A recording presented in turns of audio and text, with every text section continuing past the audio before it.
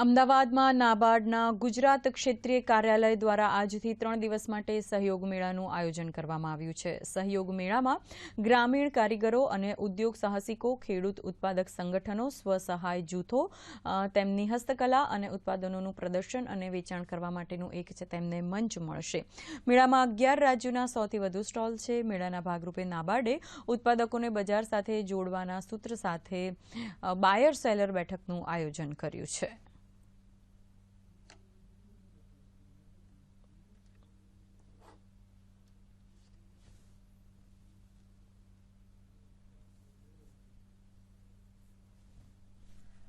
નાના ખેડૂતો, સીમાંત ખેડૂતો, ગ્રામ કારીગરો, વણકરો આ બધાઈને તેના ઉત્પાદિત માલની યોગ્ય કિંમત મળી રહે એના માટે આ પ્રદર્શન મેળો યોજ્યો છે।